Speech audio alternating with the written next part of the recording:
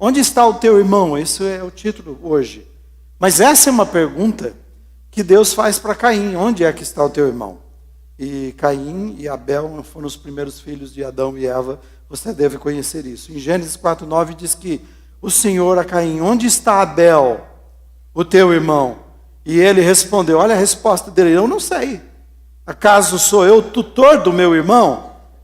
E os dois, você vai ver que os dois levaram uma oferta para Deus. Diz que quando chegou os fins dos dias, eu imagino na época de colheita, da maturação daquilo que eles estavam fazendo, e a Bíblia dá a entender, quando você vê lá, que Abel vem e oferece das primícias. O que, quando a gente olha, a gente entende, ele deu o melhor que ele tinha para Deus, com coração e atitude também. E a Bíblia diz que Deus recebeu a sua oferta. Mas Caim, o que ele oferece, não diz o que é, mas o que ele oferece e a atitude dele, diz que Deus rejeitou a sua oferta. E aí Caim, por causa de Deus ter aceito a oferta de Abel e não a sua, ao invés dele acertar a situação e ver o que é que precisava fazer, ele vai e mata o seu irmão. O meu problema é meu irmão. Se eu não tiver mais irmão, então eu posso oferecer oferta e Deus vai aceitar, filho único. Eu imagino, sei lá o que passou na cabeça dele. E para mim eu vejo assim, é como se Deus, quando Deus vem conversar com ele e faz essa pergunta, é como se Deus viesse ao culto. Era Deus e os irmãos que se reuniram. Eu vim aqui então receber a sua gratidão, o seu sacrifício de amor. E onde está o seu irmão? Meu irmão não é o meu problema. O que eu tenho a ver com ele? Por que o senhor está perguntando para mim? Comentário bíblico, a Esperança diz assim, que uma vida sem responsabilidade, quando está falando sobre essa questão, diz que uma vida sem responsabilidade pelo irmão foi o pecado de Caim, não tem nada a ver com ele. Mas se não tem, porque Deus perguntou.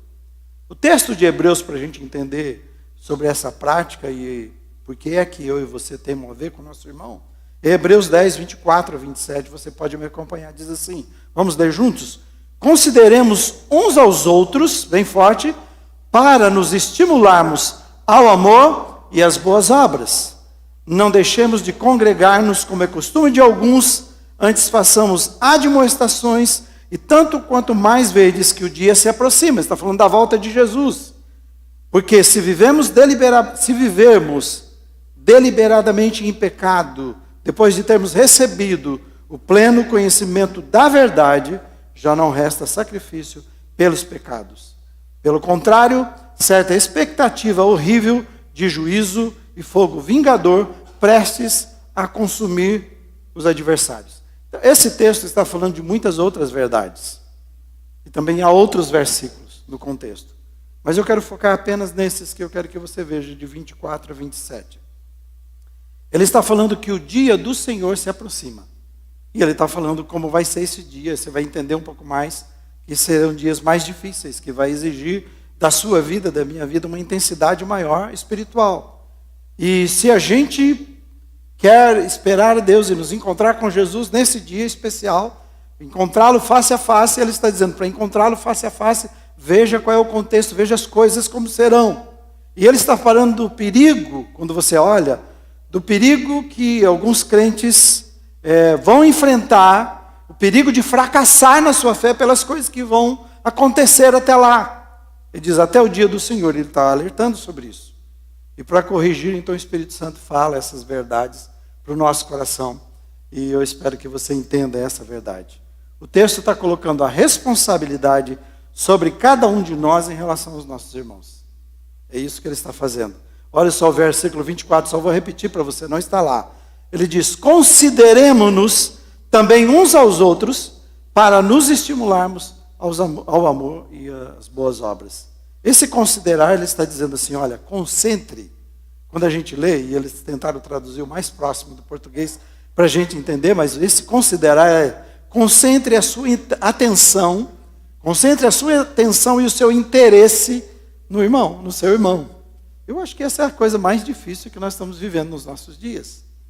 Porque onde está a nossa concentração? Eu até penso que por causa da pandemia, muita gente se fechou nas suas famílias. Alguns se fecharam nas suas casas, perderam muita gente. Claro que esses são os primeiros que a gente precisa dar atenção. Mas eu penso que nós estamos vivendo cada vez mais, quando a Bíblia diz que o amor de quase todos se esfriaria. E esse esfriar é esse desinteresse, essa falta de importar, essa falta de perceber, de olhar à nossa volta, ao nosso redor e as pessoas que Deus coloca no nosso caminho. Então, o ponto aqui, eu quero que você fale comigo, no slide 4, vamos falar juntos. Conheça seus irmãos. Conheça seus irmãos. Considerar é dirigir a nossa mente, dirigir o nosso interesse na direção da pessoa, da outra pessoa, do nosso irmão. Então eu diria para você assim, conheça o seu irmão a fundo. Não é conhecimento superficial. Nós que temos o amor de Cristo, a gente não tem o direito de ter um conhecimento de vida de apartamento, vida de condomínio, que geralmente tem, apesar de você estar num lugar que tem muita gente aglomerada, a gente tem esse relacionamento à distância com as pessoas. Nós não temos esse direito. Nós não podemos viver assim. E como é que é essa vida de apartamento? Deixa eu dizer, ou condomínio em geral, né, fechado. Eu sei que a gente está buscando segurança. Eu sei que a gente está buscando uma vida até mais leve. Eu não tenho que mexer num monte de coisas. O condomínio faz, né? Se quebrar uma telha, se faltar água, quem mora em casa sabe a diferença. Então, é verdade, a segurança e todos aqueles detalhes. Custa um pouquinho mais, geralmente, mas eu estou lá. Mas eu vejo que por trás disso, algumas pessoas também, ou quem sabe, uma grande maioria, está procurando uma vida mais privada, isolada. Eu sei que também a gente precisa. Eu acho que o brasileiro, algumas vezes, entra muito na vida uns dos outros. Mas, por outro lado, há um isolamento, é mais do que privacidade, é isolamento. Então, a gente está perto de tanta gente, perto de pessoas, a gente encontra essas pessoas, ou não encontra, mas se encontra no elevador, eu mexo com todo mundo que passar pelo elevador. Tento. Olha, você mudou recentemente? Tá. Você veio de onde, pelo menos? Eu vim aqui de Londrina mesmo, aqui de Londrina mesmo. Ou então, você está saindo de um jeito e está um vento lascado lá fora, rapaz. Não, eu vou tentar enfrentar, essa é a ideia. Eu tento mexer com as pessoas para ver se eu provoco alguma coisa, alguma conversa, se eu conheço o nome, alguém conta alguma história. Mas normalmente a ideia é o seguinte, é um elevador, eu só encontrei, se encontrei, porque dependendo dos horários, a gente nem encontra as pessoas. Se eu encontrei alguém, talvez a gente nem fala oi, a gente abaixa o rosto, né, olha por baixo, e pede, pelo amor de Deus, para a pessoa não olhar para a gente. Pelo menos é o que eu percebo alguns. E aí? As pessoas se isolando cada vez mais, nos seus quartos, nas suas casas, no seu trabalho, no seu lazer. Até a gente usando para isso, para se isolar de pessoas. Isso é a minha avaliação. Agora, a igreja, irmãos, a igreja não pode ser assim. A igreja tem que ir na outra direção de tudo isso. O poder do amor que alcançou, que a gente está cantando aqui, o poder do amor de Jesus que te alcançou, que me alcançou, nos constrange para você e eu nos importarmos e nos interessarmos pela vida das pessoas. E quando você vai conversar com as pessoas, né, e você vai ouvir das pessoas, você vai ver que esse sorriso que nós damos, e não é para fingir, mas também se toda hora você encontrar alguém com cara de coitadinho, quem é que vai querer conversar com você? Então é normal, a gente tem coisas pessoais que a gente não sai falando por aí. Então eu até entendo que a gente não vai sair o tempo todo escancarando, mas parece que nós entramos nessa de esconder dos outros, e nós entramos nessa também de não perceber mais os outros, e aí a gente vai se afastando, e quando a gente se aproxima, a gente vai ver que as pessoas têm muita coisa para dizer. Eu estava vendo alguém aqui, esses dias, que deu um testemunho. Ela colocou no Face, eu não sabia a sua história daquela forma. O que ela passou até chegar e concluir o seu curso de faculdade. Eu até mandei para alguns, vocês viram que situação ela passou? Você sabia disso? Não, eu não sabia. Entende como é que estão as coisas? É assim. Então, ser sal, ser luz para esse mundo, é exatamente isto. A igreja não pode perder isso que Jesus colocou como característica da igreja, de nós considerarmos, isso é palavra do Espírito Santo, isso é minha responsabilidade e a sua. Igreja não pode perder essa característica e essa missão que a gente tem de olhar para as pessoas, de nos importarmos e não ser também uma igreja de encontro de elevador. Em nome de Jesus, eu quero pedir a você, se a gente quer mudar a história da nossa vida e da igreja, o nosso encontro aqui não pode ser um encontro de elevador. Eu tento o máximo possível falar com vocês, mas eu sou né? Então até corro um pouco, te abraço, falo, tento conhecer a sua história, abro espaço na minha agenda para ou te ver ou você me ver, tento isso. Mas eu sou só. Né? Então, o que a gente precisa fazer? Se a gente quer mesmo ser significativo e verdadeiro cristão, a gente tem que fazer isso. Eu tenho que conhecer a fundo. E quando fala de conhecer a fundo as pessoas, né, ter esse entendimento e interesse pelas pessoas, ele fala que esse conhecimento não é só um conhecimento para eu conhecer a história. Nossa, que legal, ou puxa, que vida difícil. Deus te abençoe. Não, é um conhecimento com propósito, que ele está dizendo. O nosso conhecimento de alguém, o meu envolvimento para saber sobre você, precisa ter um propósito espiritual. Nos esforçarmos em conhecer a fundo, e aí depois de conhecer, como é que a gente pode... A gente vai com todos os meios, seja com palavras, com ensino, com pregação, aí você vai ver as formas, com seu exemplo, com conversas, né? Intencionalmente, a palavra é provocar nesse irmão, o texto está dizendo boas obras, amor e boas obras. Então eu tento conhecer você, eu tento me envolver com você, esse meu encontro, esse meu conhecimento profundo de você, é porque eu tenho interesse de provocar em você amor, provocar em você as boas obras de Jesus Cristo. Essa é a ideia, não importa a forma.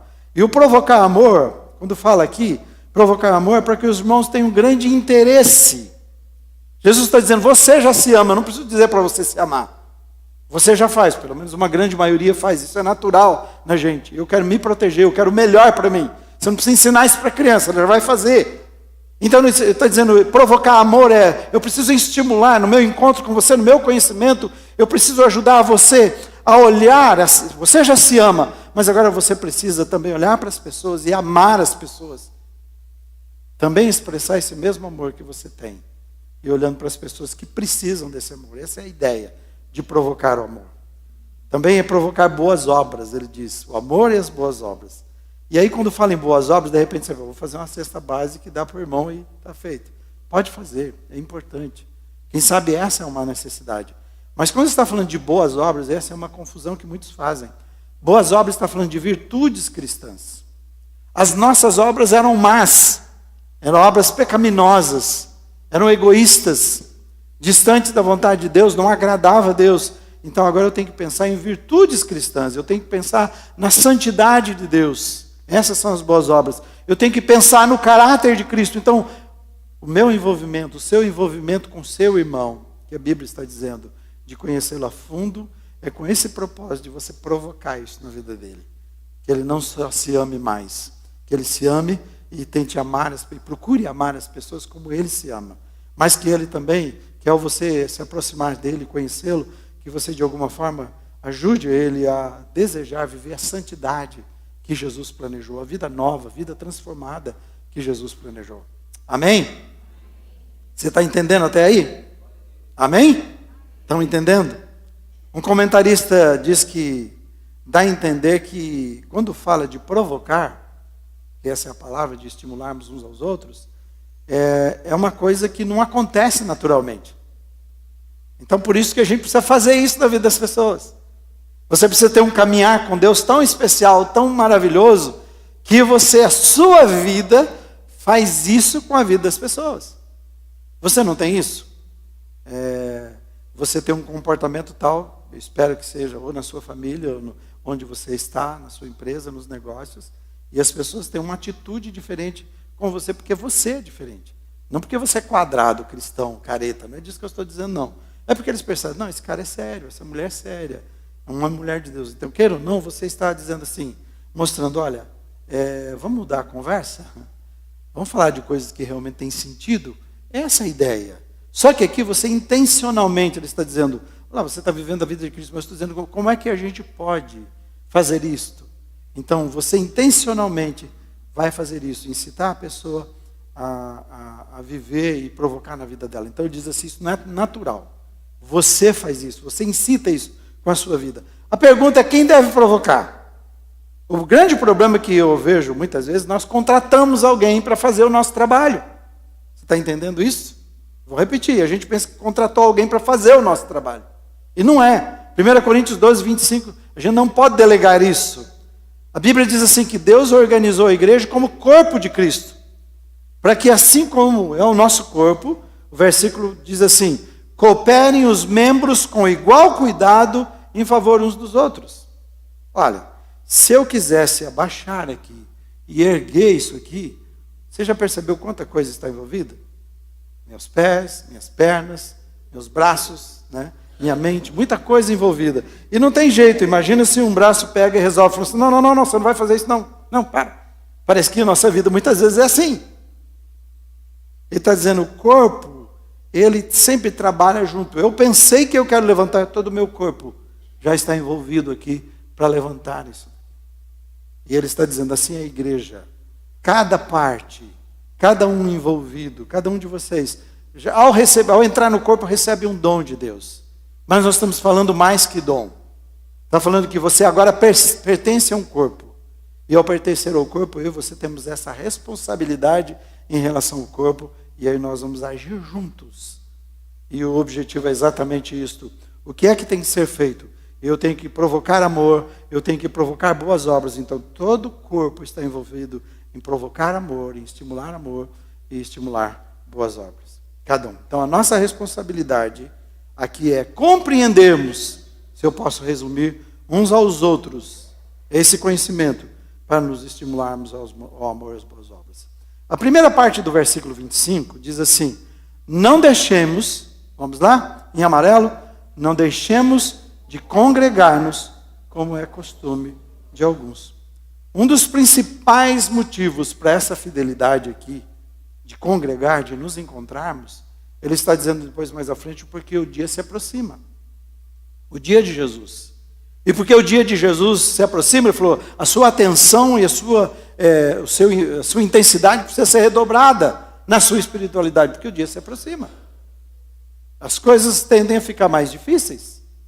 Né? É só olhar o nosso quadro político, o quadro econômico, pandemia, né? Tudo que acontece no mundo, e mais pandemias, e mais tudo que a gente ouve, e as coisas. Como é mais difícil ser família, como é mais difícil ser direito, honesto hoje, né? Entende? Tudo é muito mais complicado. A ideia é que quanto mais a vinda de Jesus se aproxima, é mais sério isso. Então, o amor precisa ser provocado, e para isso ele precisa de oportunidades para ele ser despertado. Os cultos, esse é um comentarista dizendo assim, são oportunidades apropriadas de Deus. Por isso está dizendo para congregar. Eu penso que muitas pessoas entendem muito errado o que é um culto. Um culto não é uma celebração, sim, mas não é um show. A gente não quer que eles toquem o melhor possível aqui. Queremos que dirijam. Mas primeiro a vida deles precisa ser santa, e isso que a gente ora e pede. E depois a gente espera que eles sejam facilitadores para que cada um de nós possamos adorar a Deus.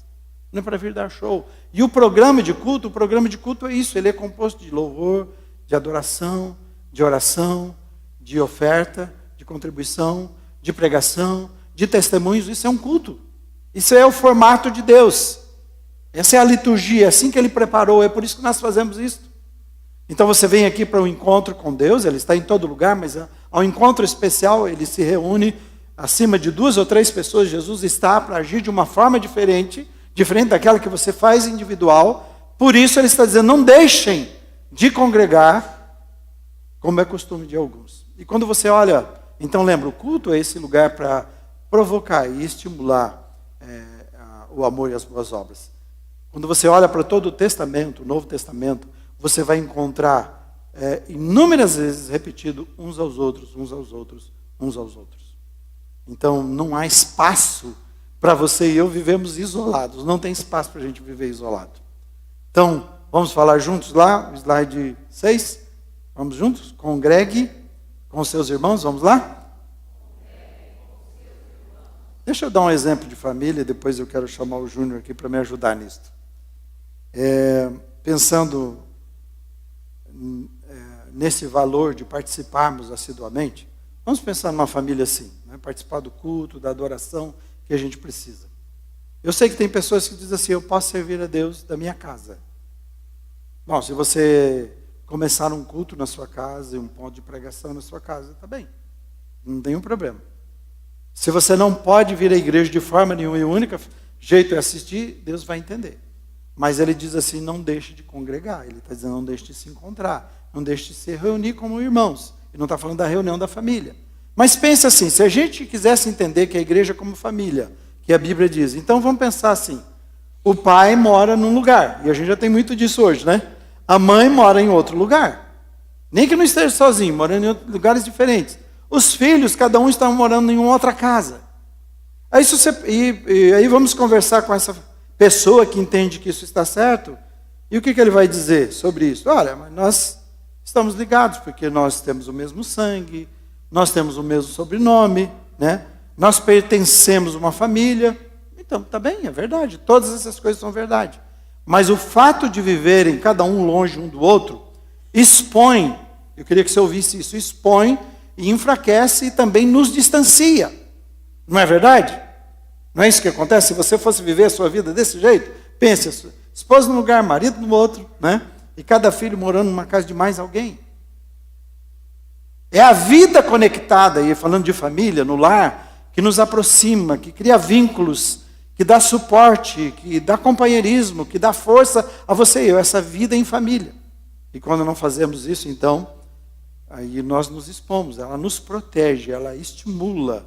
E aqueles valores que você tem para a sua família, e cada família tem valor, né? Tem valores que ela defende, é ali que a gente aprende, é ali que a gente vai ser corrigido para a gente, né? Porque a família adotou e ela defende, nós vamos crescer nesse ambiente.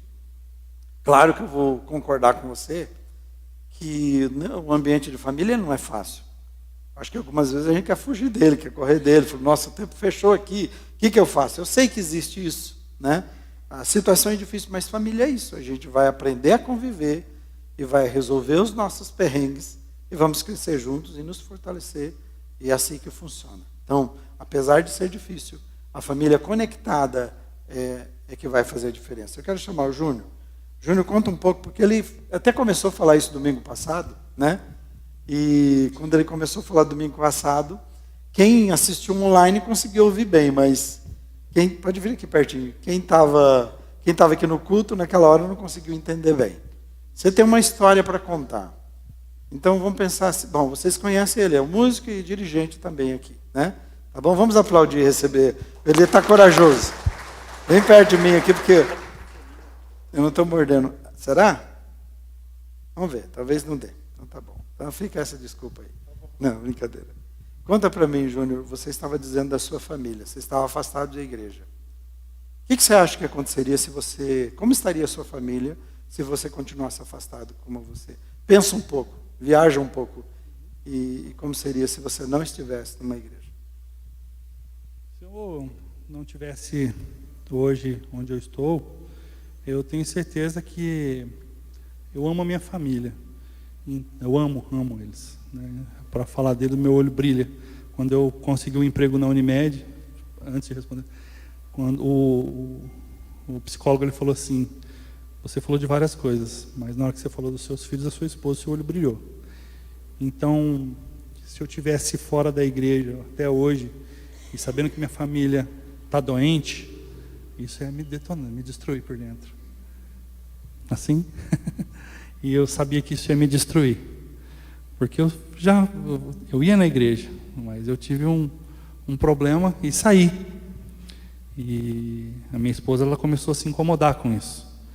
Porque ela sabia que as coisas que o mundo tem para oferecer, seja para mim como um pai, para ela como mãe, para os nossos filhos, são muito ruins.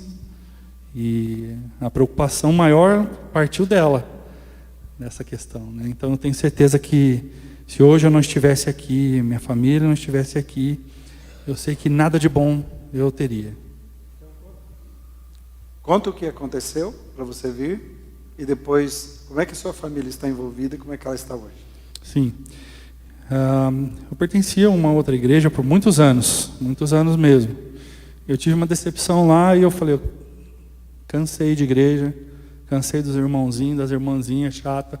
Eu vou embora, não quero mais saber, vou cuidar da minha vida.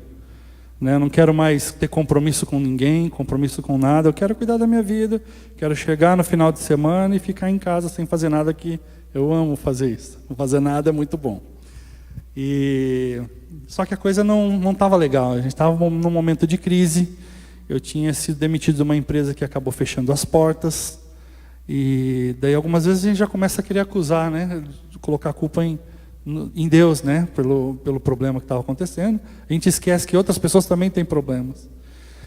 Então eu saí, a Cris viu algumas alterações na minha vida, na questão de humor, na questão da educação, seja com os filhos, seja com ela, seja com a minha família. E isso começou a incomodar ela. E também incomodou um amigo em comum, que é o Álvaro, né? Que quando ele descobriu que eu já estava há um tempo afastado, ele me ligou e falou: João, não estava sabendo que você estava afastado, você não está indo em igreja alguma e tal, está tudo bem e tal. Eu, não, está tudo bem, para mim está tudo bem, né? E ele falou assim: olha, eu não sei se você vai gostar ou não, mas eu falei para o pastor Israel que você está sem igreja. E foi engraçado que acho que meu telefone tocou logo depois. E era o pastor Israel falando: ô rapaz, é o bichinho. Estou sabendo aí que você está sem igreja, que isso, o que está acontecendo? Eu falei: pastor, é isso, aquilo, outro. E assim ele falou uma das coisas que já ligou um gatilho na minha vida, que é: eu quero cuidar da tua família, né? Eu quero cuidar de vocês, me dá essa oportunidade. Eu ainda fui um pouco relutante, avisei a Cris sobre isso. A Cris já estava fazendo contato com o pastor, das coisas que estavam acontecendo, os problemas que a gente estava enfrentando, até que o pastor marcou comigo e falou: eu quero que você venha na igreja, você e a Cris apenas, e nós vamos conversar. E dali então já me apaixonei de novo, já começou algo a mudar dentro do meu coração com relação a ter alguém com uma autoridade sobre a minha vida, né, espiritual, e falar aquilo que eu precisava ouvir, não aquilo que eu gostaria de ouvir. E daí foi bênção. Os problemas continuam, né? Alguns problemas continuam, né? O pastor sabe disso, mas a minha vida é diferente. Um orgulho danado. Meu filho, ele toca violão e canta, que não canta tão bem quanto eu ainda. Estou brincando. Ele é mais bonito do que eu e canta melhor do que eu. Graças a Deus, né? Graças a Deus. Os nossos filhos melhoram, sim, né? Sim, eles melhoram. Então eu tenho um filho que está participando no Ministério de Adolescentes e Jovens aqui com o Andrés, com o Marlon, que é uma bênção. Meu filho está aprendendo a tocar bateria também. Daqui a pouco a Rafinha está envolvida em ministérios. Então, as coisas estão acontecendo lá fora, a luta está sendo grande, né? Mas hoje eu tenho uma base, né? Eu tenho para onde correr, eu tenho pessoas que se importam comigo. Então, acho que aí eu já ganhei muito já.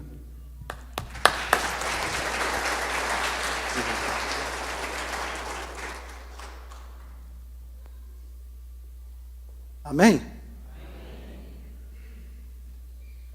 Você percebe que alguém prestou atenção nele? Eu não sabia disto, né? Já nos relacionamos no passado. Ele trabalhou comigo, mas eu não sabia disto. O Álvaro percebeu o que estava acontecendo, falou com ele, falou comigo. Então, ele teve pessoas que olharam para ele e quiseram ir a fundo. E hoje, vendo, o filho dele está dirigindo aqui no sábado à noite. Eu até mandei o vídeo para o Micael e falei: filho, dá uma olhada à escola, né? Porque ele toca aqui no domingo já, com a escola que o João tem ministrado e ensinado aqui, de músicos. E com isso ele não só está tocando, ele está dirigindo, e a gente viu ele tocando do jeito que a gente está tocando aqui no domingo. A gente até vai fazer um programa de Natal, onde eles vão estar envolvidos aqui também, vai ser legal. Adolescentes, crianças e toda a igreja. Então, por ele tomar essa decisão, por alguém prestar atenção, e ele tomar essa decisão, e ia falar: agora eu vou também congregar a vida, aquilo que, quando ele tomou essa decisão, o que aconteceu na igreja fez toda a mudança, fez toda a alteração na vida dele. E é isso que você pode fazer. É isso que Deus espera de cada um de nós. Amém? Olha, o comentarista bíblico Wiersbe diz o seguinte: é interessante observar que a ênfase aqui, quando ele está falando nesse texto, não é sobre o que o cristão recebe na congregação. Ele veio e recebeu bastante coisa. Mas ele está dizendo sobre a contribuição. Quando ele está falando, não vá para a igreja para você receber. Ele está falando assim, vá para você oferecer. É a contribuição que eu e você podemos dar. Só de estar aqui hoje, né? Eu vejo irmãos dizendo: que bom receber o seu abraço. Começa por aí. Até alguém diz que quando a gente abraça alguém, a gente pega a dor e o sofrimento daquela pessoa com a gente e leva com a gente. Mas não é gostoso receber um abraço? Começa por aí. É assim que a gente vai se percebendo, a gente vai vendo. Mas também não pode ser só, oi, paz do Senhor, tudo bem? Deus te abençoe, até semana que vem. Então, a gente tem que ir mais a fundo. E a gente tem que fazer o que eu vou falar no próximo, que penso que mexe um pouco mais. Então, a frequência fiel aos cultos da igreja encoraja e estimula ao amor e às boas obras. Ele disse, eu já estava surtando, né? Eu já estava entrando por um caminho, e é verdade. Afasta de Deus. A Bíblia diz que a nossa situação, quando a gente afasta de Deus, quem já aconteceu, é uma situação mais grave espiritual. A situação nossa é pior, é melhor não ter conhecido. E o que a gente vira e como a gente se torna é péssimo. Então ele falou, brasa tem que ficar perto, né, de outra brasa para a gente manter sempre aceso o fogo do Espírito na nossa vida. Então a nossa responsabilidade aqui é congregar com os nossos irmãos, porque é assim que nós protegemos e fortalecemos uns aos outros. Amém? Terceiro e último, a segunda parte do versículo 25 diz assim, antes, vamos ler o que está em amarelo lá? Façamos admoestações, tanto quanto mais vedes que o dia se aproxima. Fazer admoestação, e algumas traduções usam a palavra exortação, são aqueles que, principalmente os pentecostais mais acirrados, que falam de exortar, vamos exortar esse irmão, quer dizer, vamos dar uma surra nele, né? Vamos pegar ele e dar um chacoalhão, né? Essa é a ideia. Mas não é isso que está dizendo, não. É mais que isso aqui. Ou melhor, é diferente disso. A palavra é, veja lá esse slide, encoraje. Vamos para ele? Qual é o próximo? 8? Isso, vamos falar juntos? Admoestar é isso. Essa é a exortação que ele está falando. Encoraje os seus irmãos. Deixa-me falar rapidamente o que é encorajar, no sentido original. Encorajar é chamar para dentro. Não é botar para fora. Não é você dar uma surra. Parece que a ideia é assim, entra aqui, querido, entra aqui, vem cá, vem aqui na minha casa. Não fica aí fora está frio. Aí você está sozinho. Entra aqui, deixa eu ajudar você. Deixa eu fazer uma sopa, né, para você, enquanto a gente conversa. Né? Estava falando assim que eu tenho uma dificuldade na casa de vocês. Tem gente que fica esperando comprar salmão para me dar. E eu nunca vou. Faz arroz, feijão e ovo para mim, me chama, eu vou lá. Se a minha mulher não puder, eu vou. Fala para ela, você fica aí, você não está bem. E, quer dizer, não está bem de poder sair, né? Mas ela fica bem lá. Eu falei, então eu vou lá, não tem problema. Dentro do possível. Então, comi uma sopa gostosa lá. Foi uma delícia, saiu quentinha, ele já ia fazer. Falou, não mudei nada na minha vida, eu já ia fazer. O senhor quer chegar aqui? Quero ver vocês, quero ver sua casa, abençoar sua casa, essa é a ideia. Mas são coisas que a gente pode fazer. Então, entra aqui, enquanto a gente está conversando, enquanto estamos comendo esse pão com margarina, seja o que for, esse café que a gente está tomando, vamos conversar e eu quero te entender. Essa é a ideia. Encorajar, então é o chamar para dentro, mas também tem um sentido de chamar ao lado. Essa foi uma coisa, o marido dela está aqui, porque a Andressa está lá embaixo, e ela tem cuidado do ministério infantil até aí. Falou, pastor, a hora que o senhor arrumar alguém, né, põe alguém no lugar. Então a pastora de Acre está fazendo isso agora. Mas ela está lá embaixo. A Andressa teve uma última conversa, quem sabe o último encorajamento e última palavra espiritual para aquela irmã que veio aqui buscar ajuda, aquela querida que veio buscar ajuda, e no outro dia ela foi assassinada, você lembra disso? E ela gastou, ela percebeu, ela sentou com ela, ouviu, chorou com ela. Imagina a dor depois de saber o que aconteceu. Mas ela fez isso, ela encorajou, ela fortaleceu, ela ouviu, ela percebeu, ela deu tempo para ela. Tipo, vamos aqui sentar ao lado, vamos até um lugar, vamos sentar. Eu quero te ouvir, conta para mim a sua história. Fala para mim a sua dor, deixa eu saber o que está acontecendo. Nem sempre a gente vai conseguir mudar, ela não pode mudar. Ela não pode mudar a situação, mas mudou o coração dela. Tenho certeza disso. Mudou a espiritualidade dela, mudou a fé dela, mudou a esperança dela. Amém, irmãos? Eu não tenho dúvida que Deus deu essa oportunidade para ela se encontrar com Ele. É assim que funciona. Encontrou de uma forma que nós não gostaríamos, que nós não queremos, que tem sido recorrente no nosso país. Falta de Deus, falta de congregar, falta de ter isso aqui, de estimular os valores e as boas obras. Mas nós podemos, como igreja, fazer isso. Uma segunda coisa de encorajar é incentivar a manter um comportamento apropriado no meio da tristeza. Quantas pessoas desanimam, quantas pessoas querem desistir, quantas pessoas querem chutar o balde, jogar a toalha, que você fala, pode dar o nome que quiser. Mas você chega ou convida para entrar, ou chama essa pessoa ao lado, para ajudá-lo a dizer e dar forças a ele para enfrentar essa situação e assumir uma atitude certa diante essa coisa que o está desanimando, está enfraquecendo, roubando a sua força, roubando a sua esperança. Essa é a sua palavra, esse é o seu papel, o meu papel. Encorajar também, apoiar para manter um comportamento adequado. A gente pode pensar nos nossos filhos, mas a gente pode pensar no irmão, uma irmã que está enfrentando uma situação que ele não está conseguindo vencer, quem sabe um comportamento que não é aquele comportamento que ele devia ter no trabalho, o comportamento como marido, ou como esposa, não importa onde é e o que é, e nós chamamos a pessoa para dentro ou ao lado, para a gente falar, olha, é assim que Jesus faria no seu lugar, é assim que é Jesus. Se você quer ser parecido com Jesus, isso é o que Ele quer para a sua vida, essa é a virtude de Cristo que você deve ter. Quanto mais, está dizendo, quanto mais você vê que o dia de Jesus se aproxima, eu já disse isso no início, Satanás vai intensificar toda a perseguição que ele puder, toda a tribulação que ele puder causar, ele vai tentar fazer com você e comigo, e eu e você temos que então fazer tudo isso que nós estamos ouvindo, prestar atenção uns nos outros, né? E nos fortalecermos uns aos outros, congregarmos e edificarmos uns aos outros e estimularmos uns aos outros, para a gente poder enfrentar e seguir firme até a volta de Jesus. Para viver em santidade. É isso que você e eu precisamos. Então, a nossa responsabilidade aqui é encorajar e fortalecer os nossos irmãos para eles permanecerem fiéis ao Senhor. Vou perguntar, quem é que faz isso mesmo que a Bíblia disse? É o pastor? Cada um. É o corpo. Tem alguém que não está vindo à igreja. Vamos ligar para o pastor para ver se ele vai visitar. Ô, irmão, pode me ligar, não tem problema. Eu já faço isso. Antes de você saber, eu já sei. Mas não é essa a questão. Já falei, fiz. O que você tem que fazer? Você viu? Fulano está... Não faz isso, irmão. Vai lá, primeiro dobra o seu joelho. Pede ao Senhor. Quando eu tenho um perrengue para enfrentar uma situação difícil, eu vou orar primeiro. Senhor, o que eu falo? Como é que eu faço? O que eu ajo? O que é que o Senhor quer? E depois você vai. Aborda essa pessoa e fala, o que está acontecendo com você? Como é que eu posso, né? Não é legal você chegar num lugar assim, está lá aquela camisa, né? Eu gosto disso no mercado. Cada mercado tem um jeito, né? Cada mercado tem um lugar as coisas. Então o que eu faço? Eu gosto muito de encontrar, quando eu preciso, eu gosto de encontrar alguém escrito na camisa. Posso ajudar? Eu falei, pode, opa. Onde que está tal coisa? Por favor, que eu estou com pressa. É isso que nós precisamos ser todos os dias.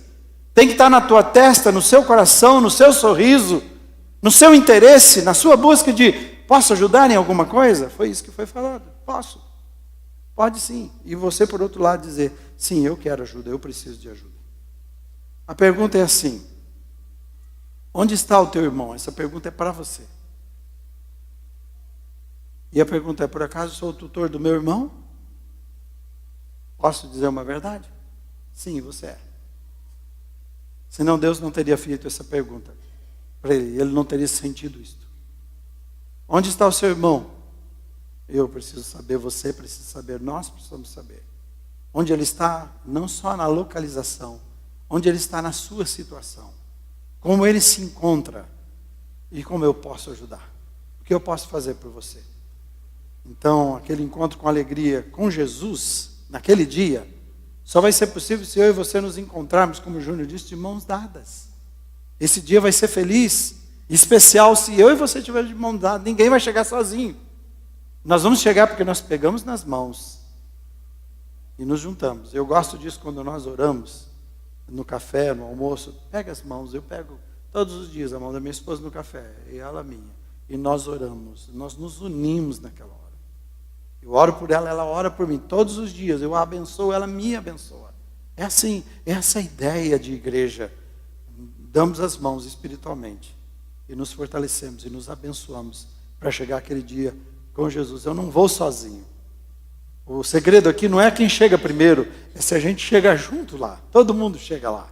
Vencemos porque nós estávamos juntos.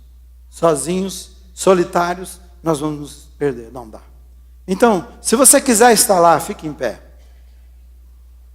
Tem até uma música, eu queria estar lá, então vou dizer para você que você quiser estar lá, nesse encontro com Jesus, o que você precisa fazer? Conheça seus irmãos, conheça a fundo, E é um conhecimento com propósito, porque você quer estimular o amor e as boas obras na sua vida. Então, se você quer estar lá de mãos dadas, esse é o seu papel.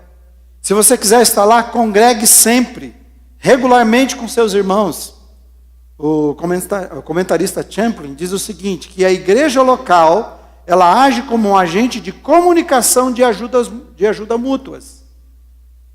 Ele é um agente de comunicação. E diz assim, aqui se criam conexões e apoio, e o seu corpo, é sua família.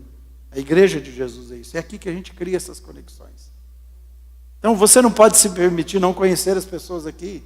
Tá bom que você não vai conhecer todo mundo aqui, tá bem? Eu até vou entender isso. Mas faça o esforço de conhecer o maior número de pessoas que você puder. Amém? E ao conhecer, faz uma coisa, né? Ao conhecer essas pessoas, fale com elas, né? Vai mais a fundo, não só conheça para saber nome. Leva para sua casa. Se isso for possível. Estou dizendo, você não vai levar alguém que você nunca viu. Não é isso que eu estou dizendo. Mas dentro do possível, conforme você for andando, toma um café junto, toma uma sopa junto. Júnior está falando que vai aumentar, tirar uma parede lá. Eu falei, legal. Essa é a coisa lá no Rio Grande do Sul é assim.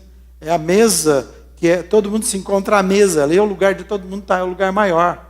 Os apartamentos hoje vão diminuindo e os lugares grandes estão lá fora. Dentro você está quase, né? Então a gente precisa voltar a ter isso, uma mesa grande, para a gente sentar de frente para conversar e quem sabe fazer essas coisas. Se você quiser estar lá em último lugar, encoraje os seus irmãos. Chame eles. Dê força. Né? Fortaleça seu coração. E aí então você vai viver aquilo que Jesus planejou para a sua vida. Amém?